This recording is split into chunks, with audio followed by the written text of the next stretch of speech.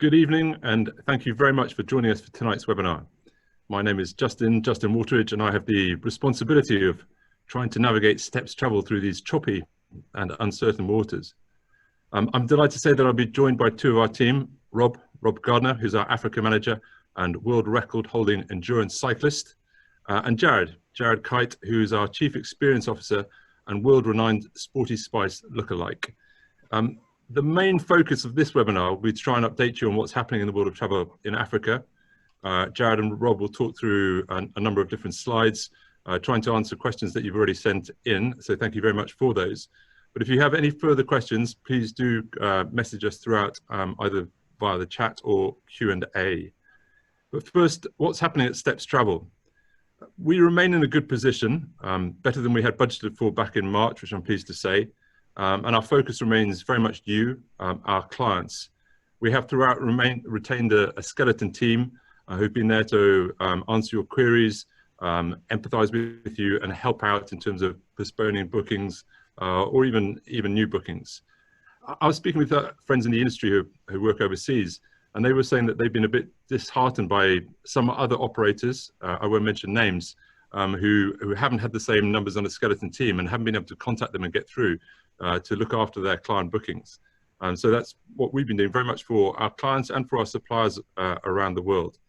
In short, we remain in business. We took some 30 bookings last month, ranging from Kenya to South Africa, from the Maldives to Vietnam, from Guatemala to Canada. And we currently have clients in Croatia, Greece, and Iceland. If you want more specific information about any countries, then please do look on our website or indeed give us a call at any time in the office. Now that's enough from me. So without further ado, let's become Africa specific. And Rob, I'll hand over to you for an update of which countries might be opening up and when. Thanks, Justin.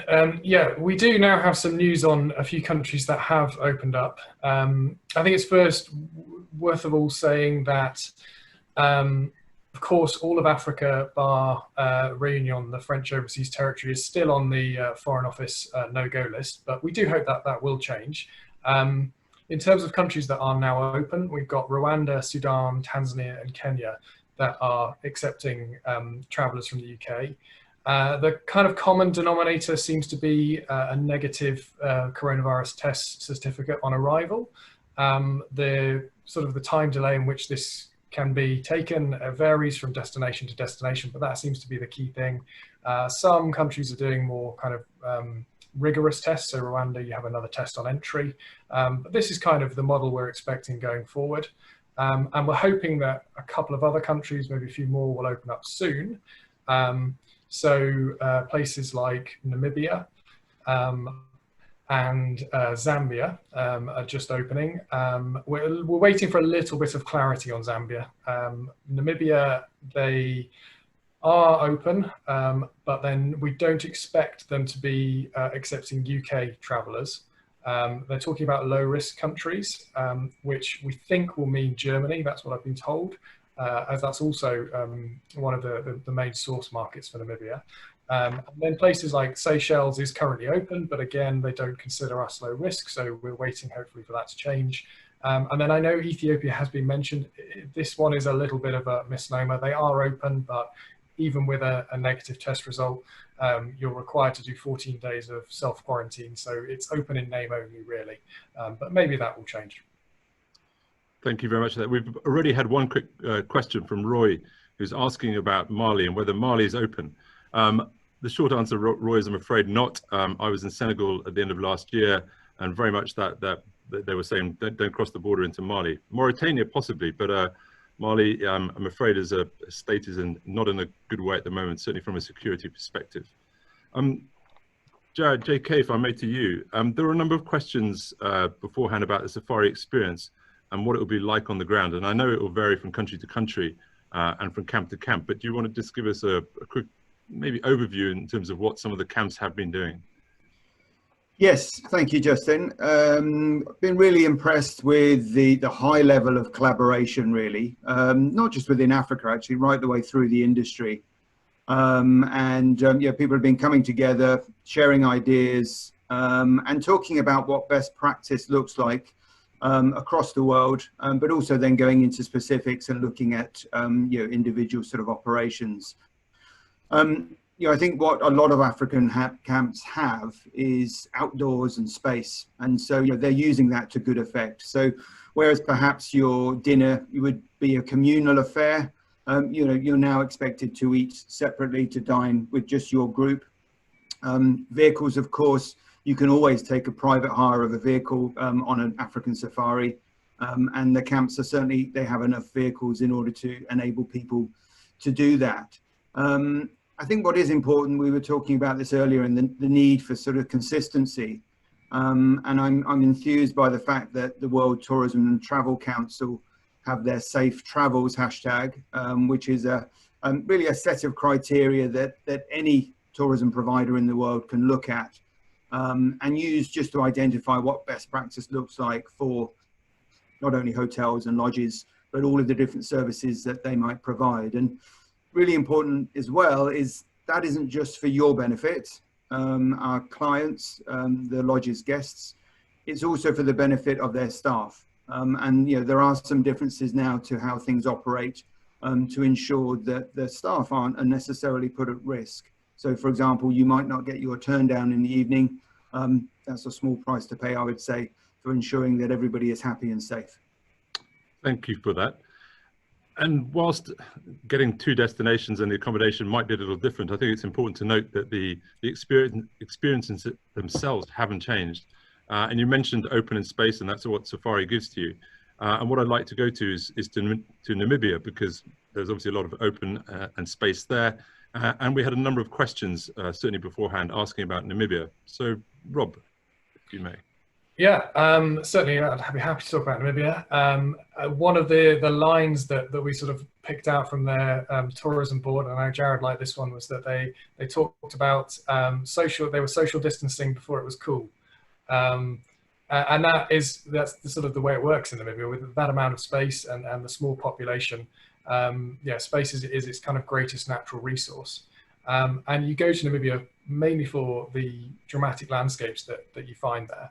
And they range from the deserts in the south with you've got the Namib Desert and the dramatic red dunes there contrasting with the white salt pans, and then further north you've got the kind of the rocks and boulders of Damaraland and some kind of rock art there as well, dating back a long way, and then the kind of the sea dunes of the Skeleton Coast with its shipwrecks. So it's all about kind of the landscapes and the scenery that greets you in Namibia. But that's not to say that there isn't anything to do. And one of the best ways to explore actually is by self-drive. And we've talked about this as a way to travel in a bubble, effectively, in the future. But self-drive is a great solution to this. And Namibia really suits self-drive perfectly. It's very convenient. The roads are very easy to navigate. There's usually just one road, so you can't get that lost. And it's also quite a wild experience. Despite being convenient and easy, you find yourself driving through incredibly dramatic landscapes. And the activities that you find there range quite significantly as well. You've got very adventurous activities like hiking and dune boarding, quad biking even, and then slightly more sedate activities like nature walks and some cultural experiences. But I think one of the things to also note, as this picture on the screen now kind of points out, that Namibia is often claimed to not be a wildlife destination, and that is in essence true. When you compare it to the likes of South Africa, Botswana, Kenya, the number of animals found there is tiny in comparison. But it is a desert, so you would expect it to be. And it's not really about the density of wildlife, but the context in which you see that wildlife. So you might only see one oryx like this picture, but you will see it with the red sands in front of it and the dramatic dark Naukluft Mountains behind. It's quite a stunning sight. So it's definitely about the kind of the search for wildlife there and the sights that you do see when you spot it. But there's also cultural experiences there as well. Up in the northwest of Namibia, you have the Himba tribe, who you may have seen pictures of. They're kind of the native inhabitants of that particularly remote and arid area. But then you've also got the Bushmen in the east of the country, who are the original inhabitants of large parts of southern Africa and the Kalahari. And I know Jarrod spent some time with them a few years ago learning about how you survive as a nomadic hunter in the Kalahari Desert, which is a really fascinating experience and remains unchanged over centuries. Height-wise, that would work more for Jarrod than yourself. But there were quite a few questions about actually getting to Namibia. Do you want to say, and also about the best time of year to go? I know it's whether you go north, south, it does depend on that, but just a quick overview of getting there and sort of when to go. Of course. Yeah, so in terms of practicalities, I know a lot of people want to avoid transiting South Africa at the moment, and that is possible for Namibia. So you can fly via Germany, you can fly via Ethiopia at the moment, Qatar, and I know KLM we are waiting to just see what airlines are restarting. So those were the ones that were running before. Whether they'll all be running again, we're not quite sure, but those are kind of the other options. In terms of time of year, basically it's kind of the opposite to our seasons. So you want to go in the Namibian winter when it's cooler, because it does get quite hot. So typically kind of June onwards, up to about September, October, when it starts to heat up again. And that's kind of the best time to go. Great, thank you. Just before we move to a different part of the continent, just one question that's come up from Jane about the negative test for COVID. She's asking, is this a test done in the UK when you're leaving the UK, or a test done on arrival in different destinations? I know the latter will depend on the country, but just... Yeah, I can answer that. So what they're calling it is a PCR test certificate. I can't remember what PCR stands for, but I'm sure any doctors will be able to tell me. It's the more it's the test that takes longer to get results. I know that there is a test at the moment that is quite a fast test. It's not that one, and it's done in the UK before you leave, and you get a certificate and you present that on arrival. It's not the antibody test either, so it has to be the PCR test. Thank you. As I said, moving to a different part of the world, well, there were a lot of questions about the migration. I don't think they were about the bat migration in Kasanka National Park in Zambia, unfortunately, but more about the wildebeest migration through the Serengeti and the Masai Mara. So, Jarrod, do you want to let us know a bit about that, if you may, please? Yes, happy to. Thank you. So, yeah, this is what everybody wants, I suppose, when they go to sub-Saharan Africa, to Tanzania and Kenya, looking for the migration. It's the classic river crossing that photographers dream of, I suppose. But I think it's important not to really pigeonhole the migration. So we've got a map that we can show you sort of how it works, because the migration is an annual cycle. And these animals, predominantly wildebeest, but we're also talking zebra, and we're talking all of the other antelopes, are constantly on the move throughout the year. And they're basically chasing the rich, fertile grasslands that will be in full growth due to the rainfall. So they're sort of chasing the rainfall, they're chasing the grass, and you get lots of sort of competition. So on one side of the border in Tanzania, they'll be burning back the grass to try and get it to grow again. Meanwhile, the Kenyans are doing the same. They all want those wildebeest to cross. And interestingly, I was talking to somebody today who runs a camp in the Masai Mara. Some of these images I'll show were actually courtesy of Kachechi Mara Camp and Kachechi Bush Camp. And he was saying that the Mara is absolutely teeming with wildebeest. Very, very few tourists, sadly, but teeming with wildebeest. They all got across the Tanzanian border. No need for a visa, no need for a COVID test, no need for quarantine. They're there in huge numbers, and we are talking hundreds of thousands of these animals. If we could just go back to that map, it just sort of makes the point really that it is an annual thing. So it starts off with the calving down in the south of the Serengeti, just on the north there of the Ngorongoro region. The animals, the pregnant mothers go there to drop their calves because the grasses are good. The calves have instant food. They then head north up to the sort of western corridor. You can get the river crossings on the Grumeti River there in around about sort of June, July time. The Grumeti, though, isn't as wide and as big as the Mara. So it's the, for the really dramatic sort of big crossings that you get, you really need to head to the northern Serengeti or the Masai Mara. And now is the time. August, September, October is when those animals are all gathering right up on the banks of the river. When one goes, and it's interestingly, normally the zebra, the rest follow. It's, as the next image shows, it is an absolute feeding frenzy, not just for the crocodiles that lie in wait in the shallows, but also the big cats. I've been there and I've seen leopard literally take 3 or 4 wildebeest at once. It's just an instinctive reaction that they have, and they just kill. So it is visceral. It is very dramatic.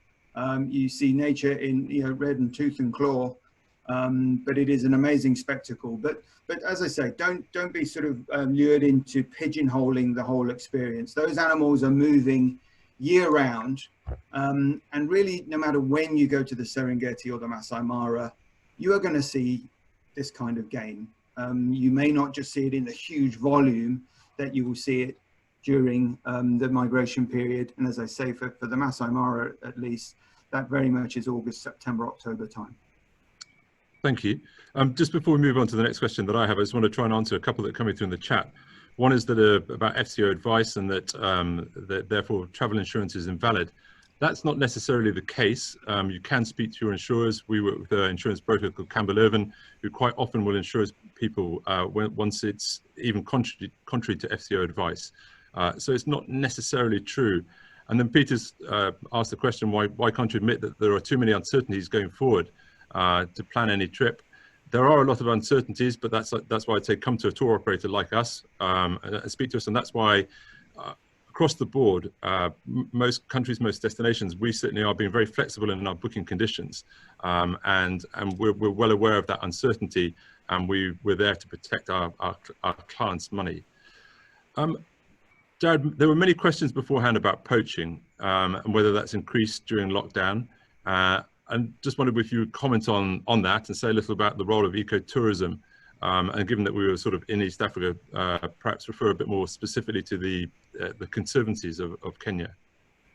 Yes, yeah, absolutely. And sadly, without the spotlight of tourism, poaching has increased during the time of COVID. And some of this is subsistence, if you like. It's people are destitute in parts of Africa. Some of these people rely on tourism, and with that revenue stream dried up, they have no option really other than to go out and looking for bush food. So it is a real problem, and it's a problem that the whole industry is aware of. And there's a lot of really good initiatives happening at the moment from lodge owners in Kenya and Tanzania, whereby you can actually put monies down now, which you can use against a booking in the future, and that money will go to the conservancies that those lodges are located in, and that money will go towards helping with managing those conservancies and combating poaching. I don't think it's over dramatic to say that the conservancies saved the Masai Mara. The reserve, I'm afraid, is badly managed. There's a lot of corruption there, and the conservancies came along in the Greater Mara area to really look at a different way of running things. So rather than it being about volume, they said, no, let's make it more about value.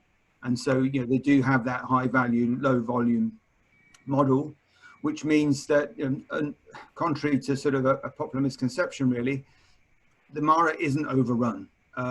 Yes, if you go down into the reserve, you may find that there are a lot of people there. But if you go into the conservancies, you can be there at a time of migration.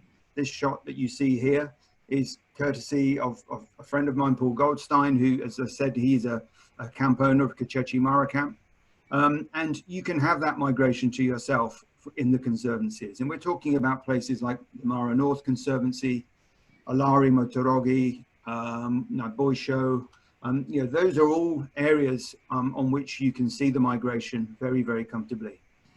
But a huge community benefit to the conservancies. And the model very much is they do get a flat rate, a rental on their land, but they then get uplift according to the number of bed nights that are sold. So they very much have a vested interest to ensure that the wildlife is looked after, that the product is looked after, if you like. And that means that everybody is on board and everybody collaborates to ensure that these conservancies are well managed, because there is that vested interest. The conservation management is dynamic. They've got experts. They can pay them well enough to get them to come in and look after things. And it just means you get a much better, higher quality of wildlife experience. So it's, I guess it's that virtuous circle really, that yes, it's all well looked after, it's all well managed, and all of the main stakeholders are getting a good fair cut of the tourist revenue coming in. I think there's a map I've got here. Sorry, that's a typical camp that you might stay at in the Masai Mara, for example, at one of the Mara conservancies. That's the family tent at Kyte. And the map here shows you the different conservancies that we're talking about. And you can see that sort of left of the line there, you've got the reserve, and then you've got all of these different conservancies. And they do make up, the Greater Mara is much bigger than the actual reserve itself. And the other day we had a camp owner come in and share with us some really interesting figures, that 1,580 Maasai families directly benefit from this conservancy model. And a week-long stay at a camp like Kyte, that generates about $1,000 worth of cash towards conservation and community projects. That's not even taking into consideration the money that goes into local communities through employment and opportunities that these camps and the conservancies give to local people for a career. There's a stat doing the rounds which is being corroborated that for every one person working in tourism in Africa, they have 10 dependents. So that job goes a long way to ensuring that food is on the table, that healthcare is available, that education is available. All of that adds up to reducing the need for any poaching to happen. Thank you.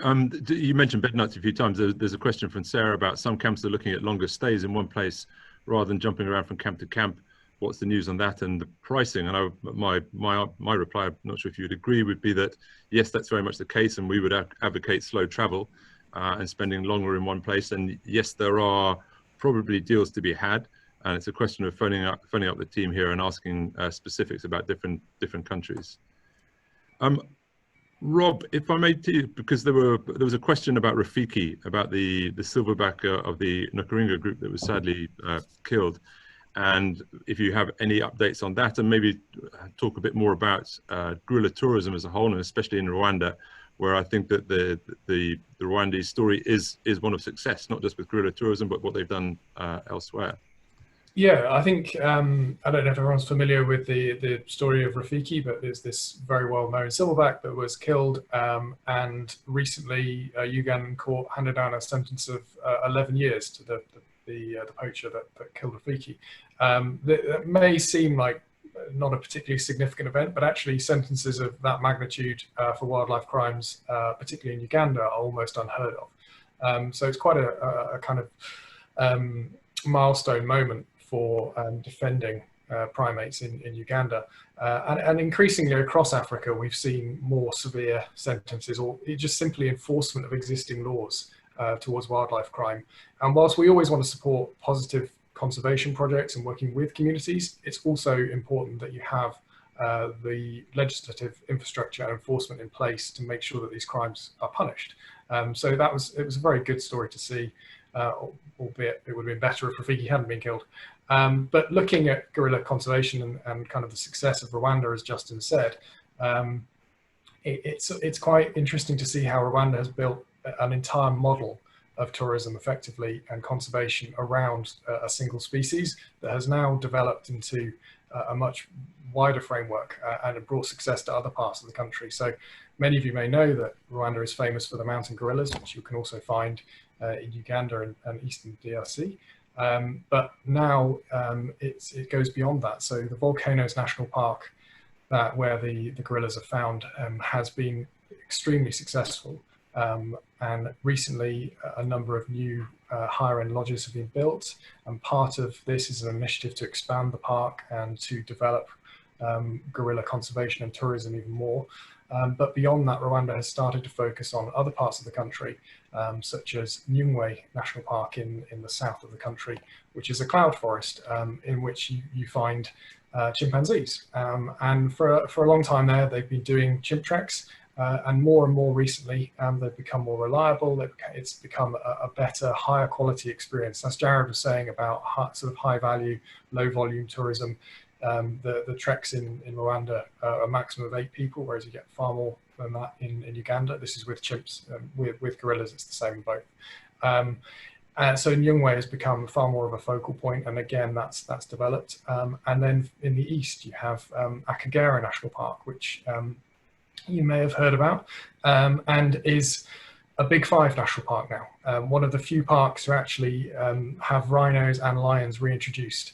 There was a pretty crazy stat when they took it over. I think this was back in the early 2000s.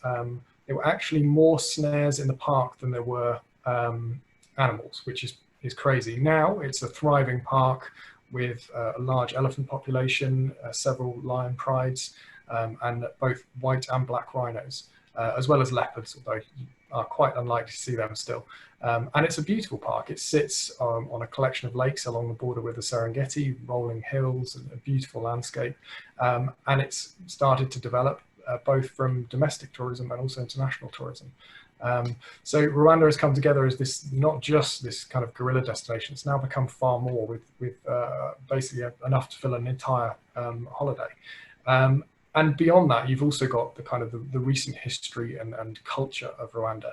Often people go and they're a little bit uncomfortable about asking questions about the genocide, or even really delving into that, because it's still, you know, it's not that long ago. But it's important to look at what Rwanda has become after the genocide, and that story is actually quite a positive and uplifting one. So it's part of the experience. I would always recommend that you go and visit the Genocide Memorial, you learn about the past, and then you start to delve into what Rwanda is now and what its vision is for the future. And you know, something like a simple walking tour of Kigali is a really great way to kind of unpick Rwanda as it is right now. You can go and explore the Nyamirambo district, for instance. I went there with my guide, who was a student from the local university, and she explained the history of the district, dating back to the arrival of the Muslims from Tanzania into the district, and then their role in the genocide, protecting people, and then far more kind of conventional and contemporary things that are normal for Rwandans, such as the rule that if you cut down a tree, you have to plant 2, and simple little facts about life that you wouldn't know as an outsider. So it's really interesting to kind of just unpick that and work it into the greater kind of Rwandan experience, which is now a very powerful success story. I think it's a good point well made about people, and it's something we'll come on to in a different part of Africa. But you talked a bit about the Big Five, and obviously the gorillas are an iconic species. But Africa is not just about these sort of poster boys, if you will. There are the weird and the wonderful, and I know that you in particular, Rob, are a big fan of Madagascar. So if you will, take us to Madagascar and tell us a bit about that. Yeah, I mean, you can really step away from Rwanda and go away from all those iconic species which Rwanda is packed with, to the weird and the wonderful, which is Madagascar. And I know that we always get questions about Madagascar because it's so different. And you go there and it does not feel like Africa at all. I mean, obviously it's not connected, but it really feels different. 70% of the species are endemic. And within the country, there is just a phenomenal amount of diversity. The range of habitats is really remarkable. It changes based on your location in the country, your altitude, your proximity to the ocean, the side of the country you're on.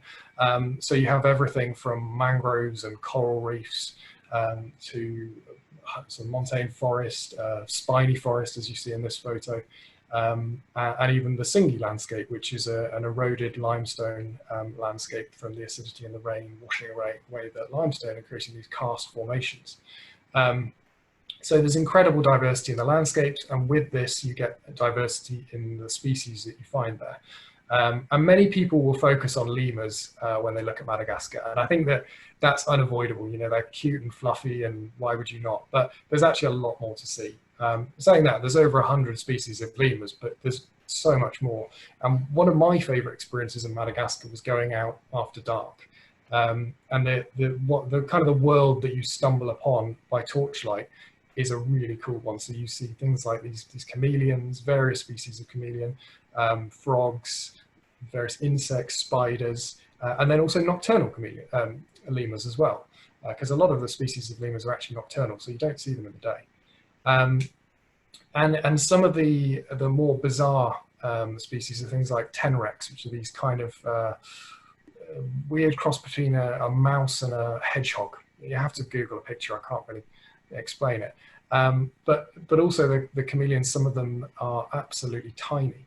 So the picture here is one of the larger chameleons, but the smallest species of chameleon is found in Madagascar, which I did not see when I was there, but I did see the second smallest, which is about the size of kind of one of the joints of your finger.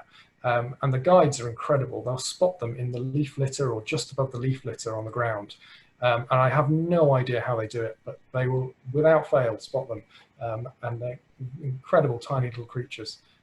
So as you probably tell, I love Madagascar. I love the diversity you find there. But it is a world away from the rest of Africa. I was going to ask you to do your Sifaka impression, but I think that'd be a bit unfair. Do you want to say something, given we were talking about destinations opening up, about Madagascar and what you feel short term, or it's something to look for longer? Yeah, I think contrasting Rwanda and Madagascar actually in that sense, I think when we're looking at models for reopening, Rwanda is probably the benchmark for Africa right now in terms of having a really robust system for screening pre-arrival and then testing on arrival.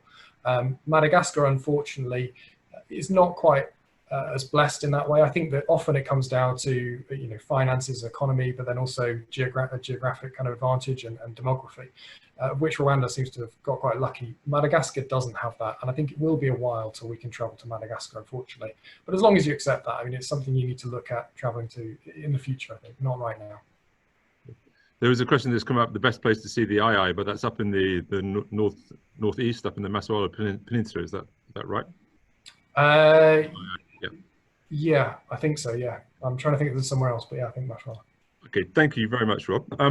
Now, Rob talked a bit in Rwanda about the people, and I think it's important to emphasize that Africa isn't just simply or purely a wildlife destination, and that there are a lot of, well, I was lucky enough to grow up in Zambia. And for me, one of the joys of doing so is the people of Zambia, the different tribes, and I've got some very fond memories that are sort of seared in my mind for that. I know that, Jarrod, you had an engrossing trip to Ethiopia last year, and wondered if you wanted to share some of that with us, please. Thank you. Yeah, I think you're right. It's very easy to promote Africa, especially sub-Saharan Africa, off the back of the extraordinary wildlife that lives there. But to do so is to ignore, an absolutely essential ingredient, and that is the people. And I know for everybody that works at STEPS, and I think for the majority of our clients, meeting people is a really key ingredient of their holiday. Your human connection, human interaction, cultural exchange. This is the currency, if you like, of a STEPS travel holiday.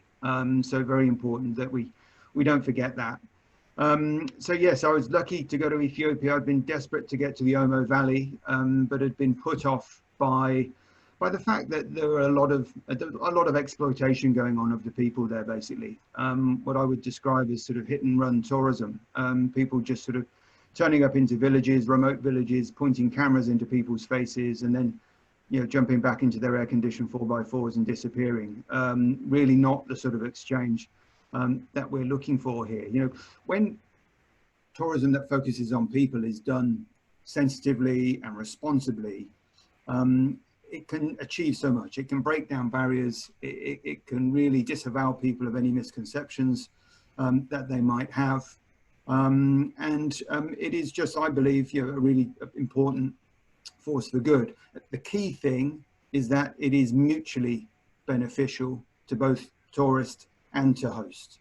And that's what made me feel that I could go to the Omo Valley, because we found somebody on the ground who shared our values and believed, like us, that if you get it right, cultural tourism, people-focused tourism, can be a really important part of responsible travel. And so what this company does, the people that we work with, is to really build up a relationship with the people of the Omo Valley. I mean, the Omo is diverse. Some of the oldest tribes in Africa live in the Omo, and they have some very eccentric and fascinating manifestations of their cultural beliefs and value systems. My imagination was piqued by Bruce Parry and his fabulous BBC documentary Tribe. You may have seen it, with the bull jumping and the stick fighting. That all exists down in the Omo Valley. And I think any discussion of the Omo needs to talk about the context, the political context, and the commercial context, if you like, as well. Successive governments have really disregarded the people of the Omo. Sadly, previous presidents have referred to the people there as primitive. And as such, there's been very little consideration given to them or their lifestyles, their way of life. Consequently, there is a huge hydroelectric project in the Omo Valley called the Gibe project. They've put in 3 dams along the Omo River. The reason for that is to generate hydroelectricity. Gibe 3, the most recent dam, it produces more electricity than Kenya currently uses. So you get an idea of the sort of scale that we're talking about here. Ethiopia is very much trying to position itself as the key provider of energy to the Horn of Africa and Sub-Saharan Africa. The other big project there, the damming is for irrigation. There are big commercial agricultural projects being lined up for the Omo Valley that again give it very little sort of regard of the people there. People like the Mercy. And so we spent a couple of nights with the Mercy people. Our fixer on the ground, he'd been out and spoken to the elders and some of the leaders of this community to check that they were happy to host us. He checked that they were happy for us to set up a temporary camp on the side of the river. And he asked them to come and join us for a couple of days. And in exchange, he traded with them. He gave them coffee, he gave them sorghum, he gave them millet, he gave them other food and other essentials that they needed. And as such, they felt that they could trust him.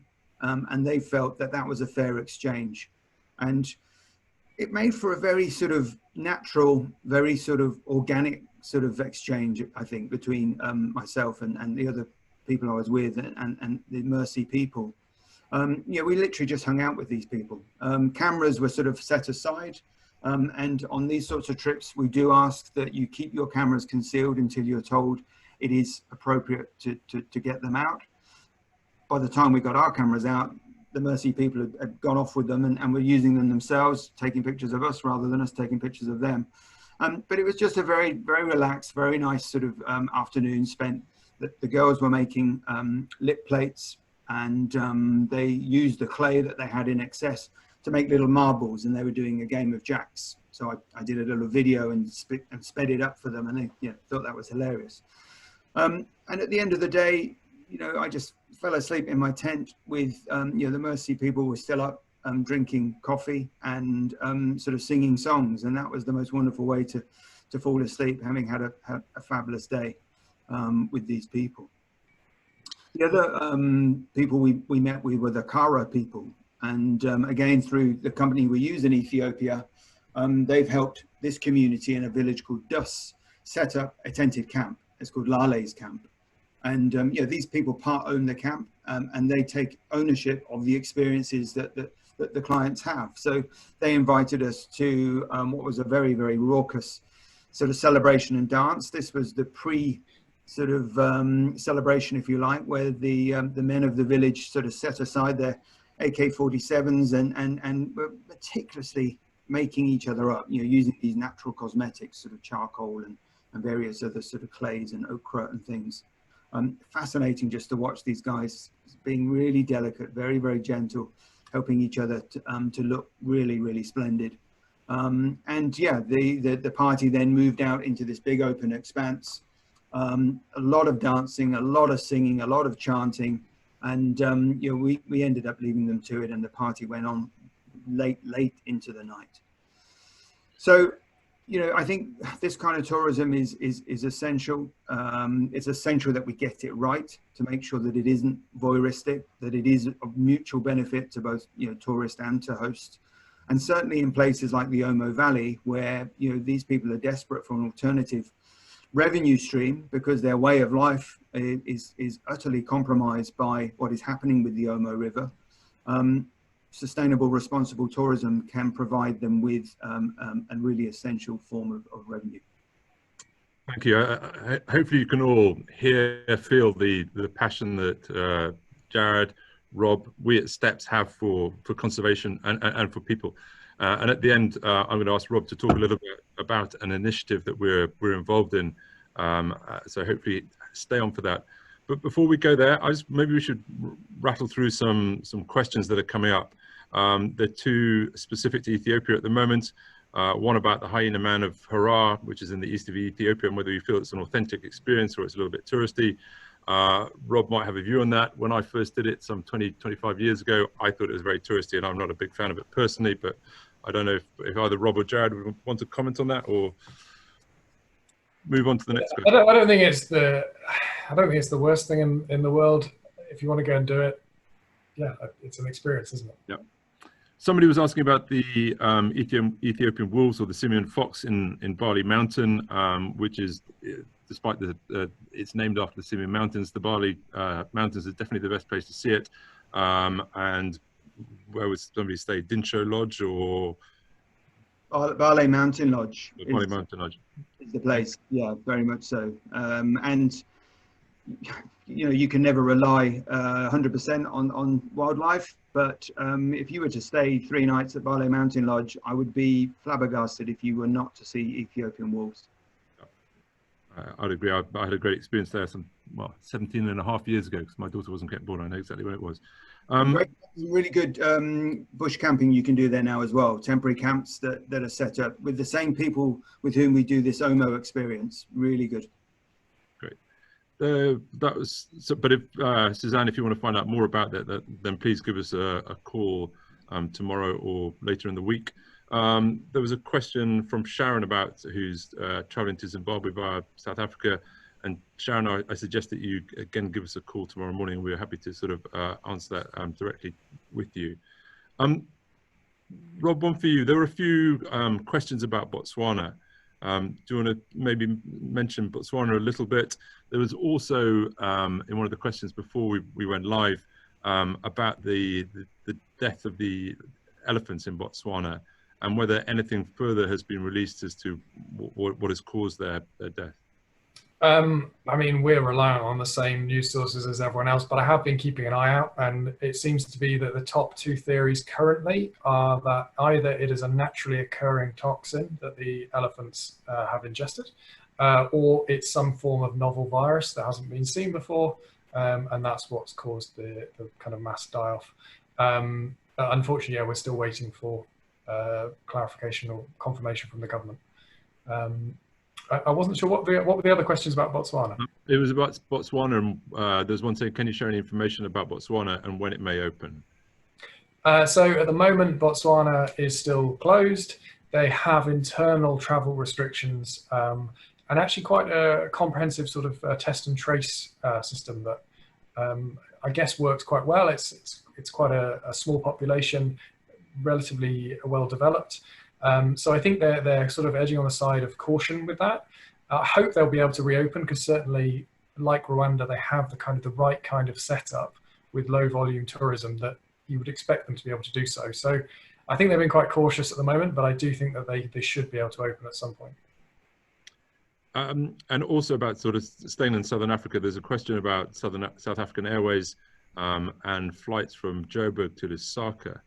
Have you any updates as to that, or we're still in the dark? I wouldn't hold your breath on South African Airways. I think the only thing I'd make clear is that South African Airlink, which regularly before were ticketed under South African Airways, are actually an entirely separate airline. So if you're looking at booking flights and it says Airlink, that's absolutely fine. They are solvent. They're completely separate. South African Airways, I wouldn't touch.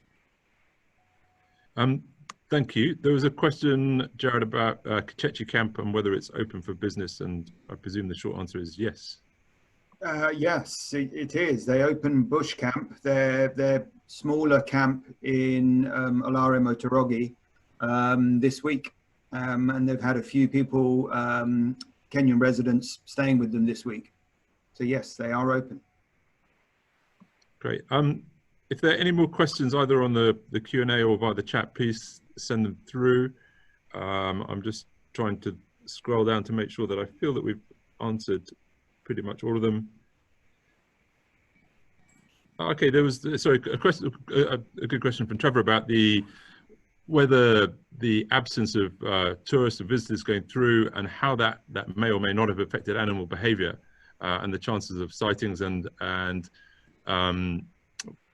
any thoughts on that question from either of you? Well, I mean, habituation is obviously a really key part of safari experience, and a lot of work goes into habituating animals to ensure that they are comfortable with tourists being in close proximity.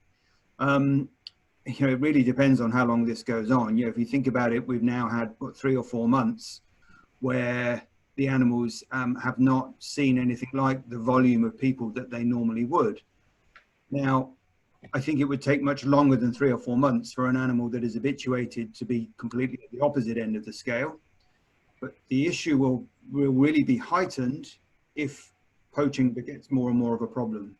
Because if animals start to associate people with poaching rather than somebody coming along and taking a few photographs, then that's when we'll see a really big issue. And I know, in places like Mozambique, for example, and in Rwanda, in Akagera, way back, when tourists first went in there, they were used to getting charged by elephants or really not seeing much game at all, because as soon as they saw a vehicle or heard a vehicle, they would go to ground.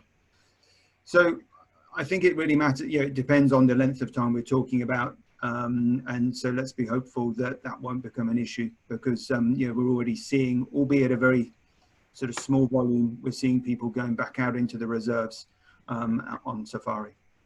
Great, thank you. Keith's got a further question about getting from Jobo to Lusaka. Keith, I suggest the best thing is, again, give us a call tomorrow, if that's okay with you. Charles, and this is maybe one for Rob, I know you're a big advocate of Malawi. What thoughts on combining Malawi with another destination? I think it's a great idea. I actually think you could spend all your time in Malawi. I mean, there's a huge amount to do. I spent, I think, 10 days there, and I only saw half the country. There's a lot to do. I think when you look at Malawi, you have to be realistic about your expectations and accept that you're not going to have the same level of sightings that you'll get in somewhere like Zambia. But sort of in a similar way to the way I was explaining Namibia, it is about the context in which you see the wildlife. And Malawi, with it sitting right on the Rift Valley, does have some beautiful landscapes. So you've got Lake Malawi, where typically lots of people will go, and you can go swimming there, and they've got the colourful cichlids that you can go and snorkel with. But there's also a number of great parks you can go and explore. So there's lots to do in Malawi. It really depends what you're looking for. Thank you. There's a question from Jane, basically I think asking the difference between sort of static camps and mobile camps, and have any of the mobile camps reopened? I don't think I've heard of any reopening, possibly in Tanzania. I don't know, Jarrod, whether you've heard yet from any mobile operators. I think that's possibly right.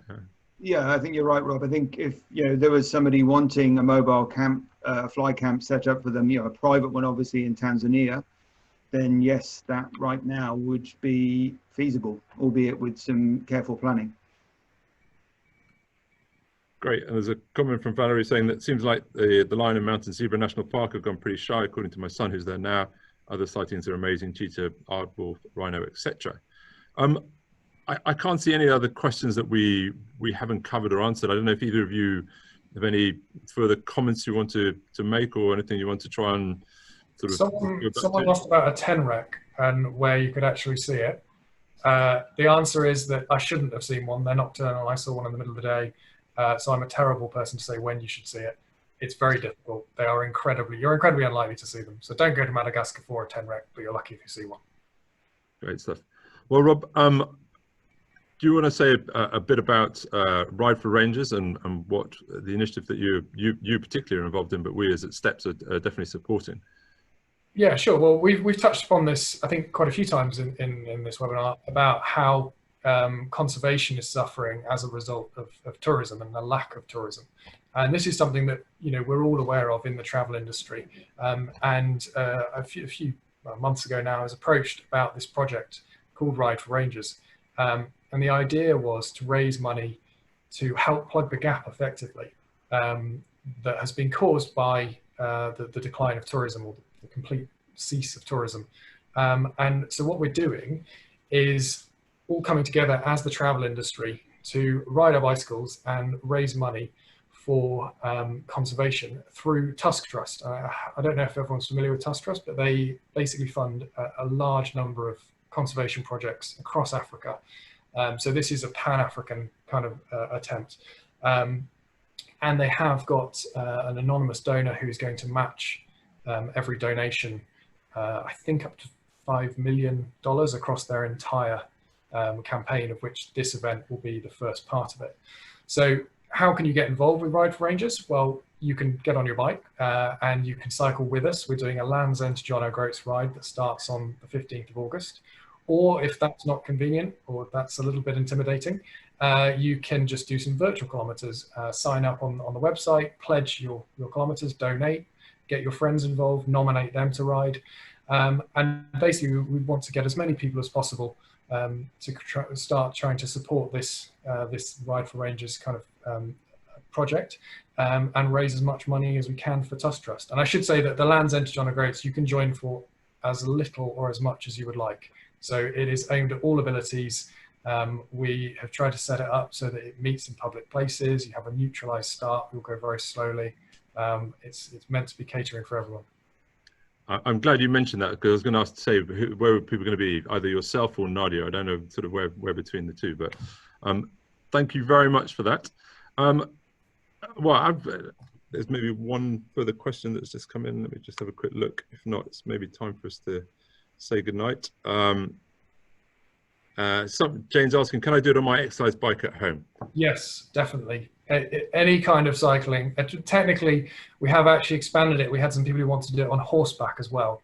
So yeah, however you want to pledge your kilometers, you're welcome to do so. Great.